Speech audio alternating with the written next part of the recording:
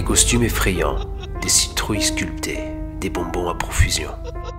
Halloween est aujourd'hui une fête que beaucoup considèrent comme amusante et sans danger. Mais saviez-vous que ses origines plongent profondément dans l'occultisme et le surnaturel? En tant que chrétiens, comment devons-nous réagir face à cela? Devons-nous participer ou nous en éloigner?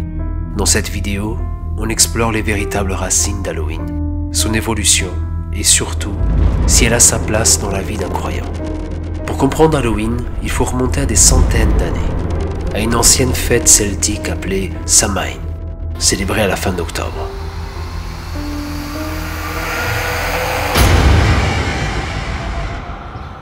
Samhain marquait la fin des récoltes et le début de l'hiver, une période où les Celtes croyaient que la frontière entre le monde des vivants et celui des esprits devenait plus mince.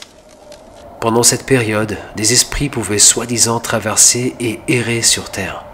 C'est là que sont nées certaines traditions d'Halloween que l'on connaît aujourd'hui, comme les feux de joie et les déguisements, qui étaient censés éloigner ces esprits.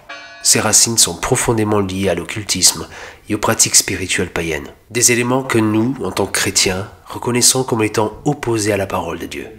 Au 8e siècle, l'Église chrétienne a tenté de chrétianiser ces pratiques. Le pape Grégoire III a déplacé la fête de la Toussaint, qui honore les martyrs et les saints, au 1er novembre, créant ainsi All Hallows Eve, ce que nous appelons aujourd'hui Halloween. Cette tentative de substituer une fête païenne par une fête chrétienne a certes eu un impact, mais de nombreuses traditions païennes ont persisté et se sont mêlées aux célébrations.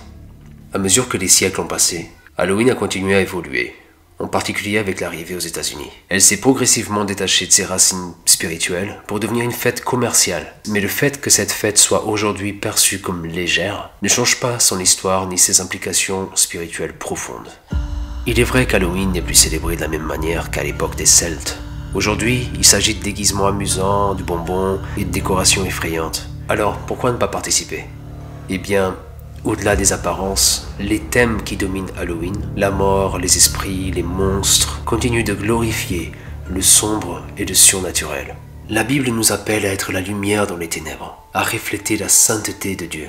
Et Halloween, malgré son apparence innocente, est toujours imprégné de références à la sorcellerie, à l'occultisme et à la peur. Deutéronome 18:10 nous avertit clairement de ne pas participer aux pratiques occultes ou aux sorcelleries. Certains pourraient dire que c'est juste pour s'amuser. Mais en tant que chrétien, chaque partie de notre vie doit refléter la gloire de Dieu, pas celle des ténèbres. Nous sommes appelés à vivre différemment. Romains 12:2 nous dit de ne pas nous conformer au monde, mais de transformer nos esprits pour discerner la volonté de Dieu. Et oui, Dieu peut même utiliser des personnes autour de nous pour nous guider, mais au final, c'est à lui que nous devons chercher des réponses, pas aux traditions du monde. En fin de compte, la question est simple. Voulons-nous refléter la lumière de Christ ou participer à une fête qui, même dans ses formes modernes, célèbre des éléments contraires à l'Évangile? Il y a tant d'autres moyens de s'amuser tout en glorifiant Dieu.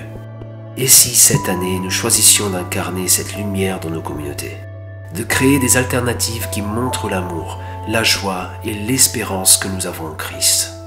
Alors, chrétiens, pour Halloween cette année, je vous invite à réfléchir. Est-ce que cette fête reflète vraiment qui nous sommes en Christ? La réponse, je crois, vient d'en haut.